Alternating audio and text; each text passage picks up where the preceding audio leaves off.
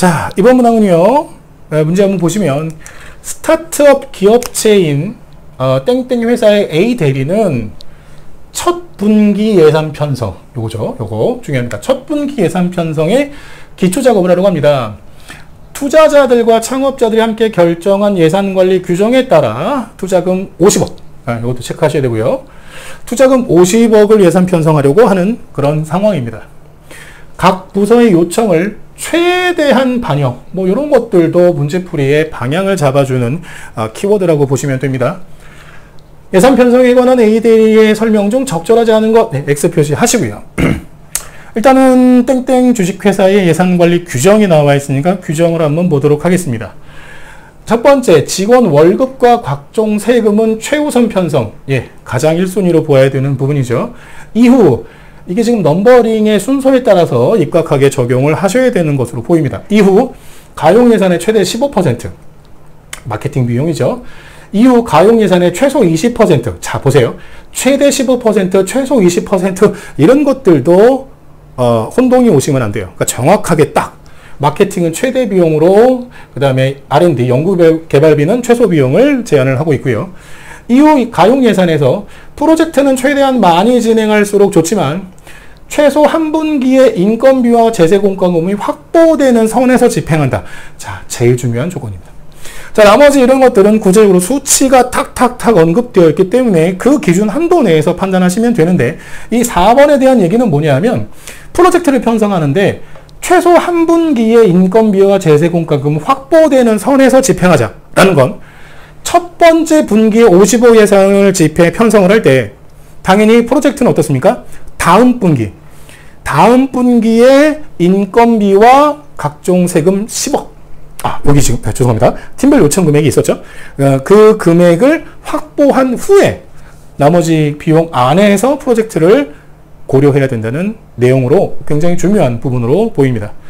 자, 다섯 번째, 복리후생비는 다른 규정들과 상충하지 않는 선에서 권한으로, 그죠? 예산 편성고자 권한으로 최대한 요청을 반영하여 측정한다. 예, 요거는 뭐, 이 나머지 조건들을 지켜지는 선 안에서, 예, 권한이 주어져 있는 거죠. 좀 유동적이다라는 부분입니다.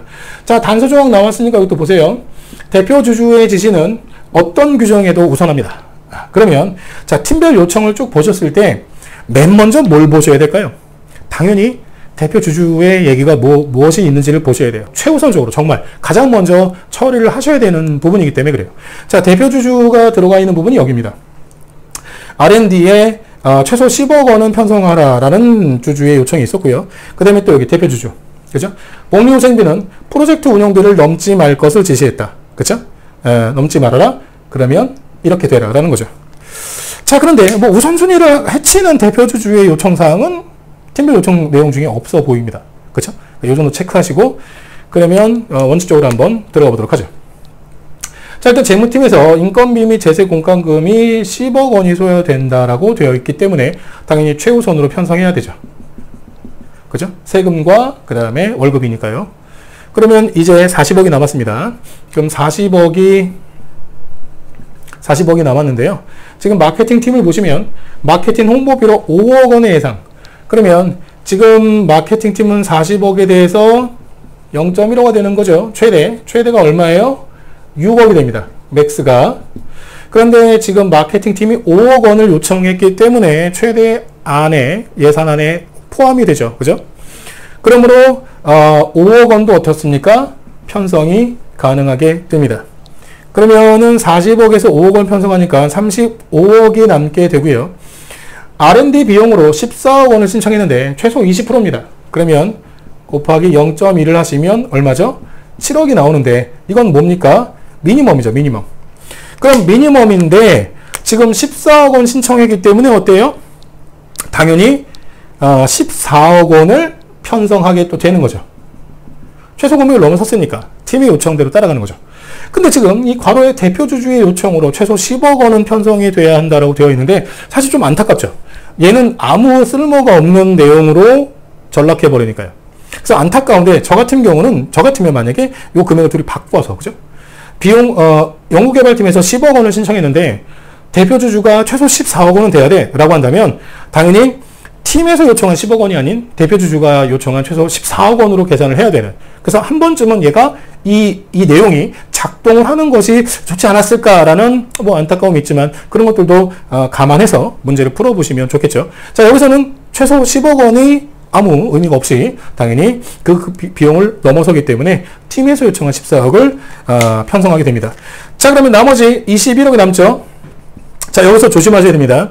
프로젝트 운영비하고 이제 복리후생비를 편성을 해야 되는데 앞서 말씀드렸다시피 이 4번 조건에 따라서 프로젝트비를 최대한 많이 진행할수록 좋다라고 되어 있지만 최소 한 분기, 즉 다음 분기의 인건비와 제세공과금 뭐 크게 변동이 없다라고 보시고요. 다음에도 10억 원이 소요될 거다라고 사용하시는 편이 바람직하겠죠.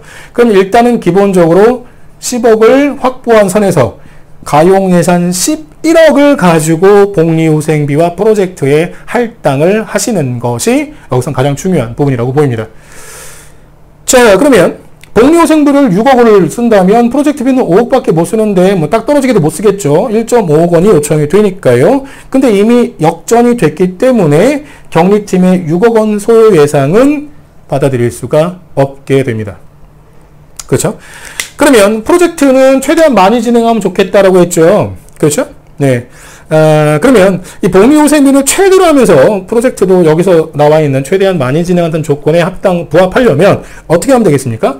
복리후생비를 5억으로 잡고 프로젝트비는 6억으로 잡는 게 둘 다를 만족시키는 예산 편성 금액이 되겠죠. 그래서 나누기 1.5억이니까요. 프로젝트는 몇 개? 4개를 수행하는 것으로 계산하시는 것이 올바라 보입니다. 자, 지금 선택지 하나씩 보도록 하죠. 마케팅 홍보비는 5억 원을 편성할 수 있다. 마케팅, 그렇죠. 5억 원 다 가능하죠. 그 다음에 예산관리 규정만 따르면 연구개발 비용은 최소 7억 원을 편성할 수 있다. 아까 확인하셨죠? 예. 그래서 맞는 얘기고요. 요청한 연구개발 비용을 집행하는데 아무런 문제가 없다. 예, 문제 없죠. 대표 주주의 지시를 포함해서 모든 팀의 요청을 받아들일 수 있다. 그렇지 않습니다. 그죠? 앞서 본 대로 경리팀의 요청을 받아들일 수가 없겠죠. 자, 복리후생비를 최대로 하는 경우, 이걸 최대로 한 거죠, 지금. 최대로 한 경우, 진행할 수 있는 프로젝트는 4개다. 예, 앞서 계산한 대로 4개가 진행이 될 것 같습니다. 자, 그래서 지금, 이 문제는 이렇게 보시는 것이고, 거기에 아쉬운 부분도 짚어드린 것들도 감안해서 여러분들이 실전에서 활용하시면 좋을 것 같습니다. 자, 이건 이렇게 정리하시고요. 다음 문제 보시죠. 자, 이번 문제는요, 귀하는 부서의 1월 출장비를 신청하여 보고한 업무를 맡았다. 다음 자료를 참고했을 때 1월 출장에 필요로 하는 출장비가 얼마냐라고 얘기하고 있어요.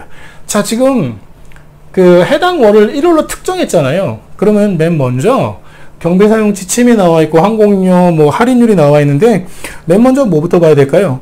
출장 일정을 통해서 1월에 출장을 가는 인원이 먼저 선정이 되는 게 필요하겠죠. 그래서 보시면 일정을 봤을 때 1월에는 이렇게, 그죠?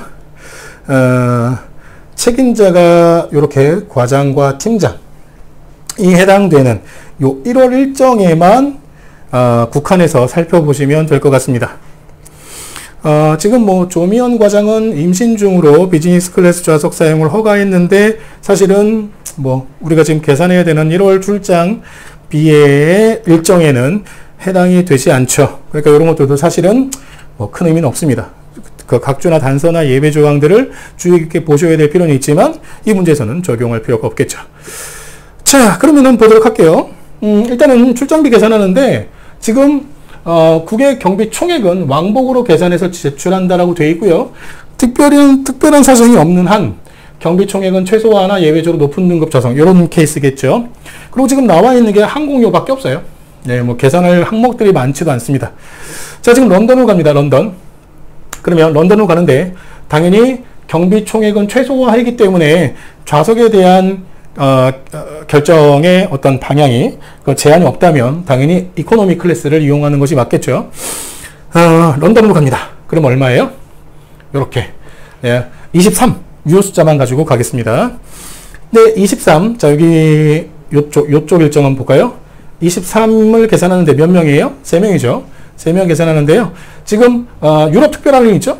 유럽 특별할인 할인율이 20%입니다. 그리고 단체 할인이 있고 유학생 할인이 있는데 할인이 겹칠 경우 이런 거 잘 보셔야 돼요. 할인이 겹칠 경우 할인율이 가장 높은 것만을 적용한다. 그러니까 중복 적용이 되는 것이 아니구나. 할인율이 가장 높은 항목 하나만 적용한다라는 얘기인데 뭐 3명이니까 단체도 아니고 유학생도 없죠. 그러면 유럽 특별 할인 20%가 적용이 됩니다. 그러면 0.8만큼을 계산하시면 되겠죠. 자, 요거 계산하시면 55.2가 나와요. 뭐 단위는 제가 무시하고 그냥 계산하는 거니까 0 다 지우고 뭐 10만 단위겠죠. 자, 그 다음에 프라하입니다. 프라하기 때문에 이쪽으로 가시면 되고요. 여기 이렇게 하겠습니다. 그러면 18을 계산하시고 5명이니까 5명. 그죠? 인당 가격이니까요. 5명이고 지금 다 5인 이상이 걸렸네요. 그럼 유럽 특별 할인보다 단체 할인이 더 할인율이 좋기 때문에 0.7만 곱해서 계산하시면 되겠습니다. 자, 이거 계산하시면 얘가 63 정도가 계산이 되겠죠. 자, 그래서 지금 출장에 필요한 출장비는 요거 2개만 더 하시면 돼요. 요거 2개만. 그럼 1182 이렇게 들어가는 숫자를 찾으시면 됩니다. 정답은 3번에 탁 보이죠. 자, 요거는 출장비 계산하는데 그리 복잡하지 않습니다. 항공료 하나만, 요 항공료 하나에 대한 항목만 적용을 하면 되고 할인율의 적용을 통해서 계산할 때 중복 할인이 될 경우에, 겹칠 경우에는 가장 높은 거를 선정한다. 이런 거 하나 조심하시면 되고요. 1월에 국한해서 출장 일정을 통해서 출장비를 계산하는 대상을 이렇게 선정하는 그 일만 잘 하시면 무난하게 풀 수 있는 문제가 되겠습니다. 자, 여기까지 잘 정리하시고요. 시청해 주셔서 감사합니다.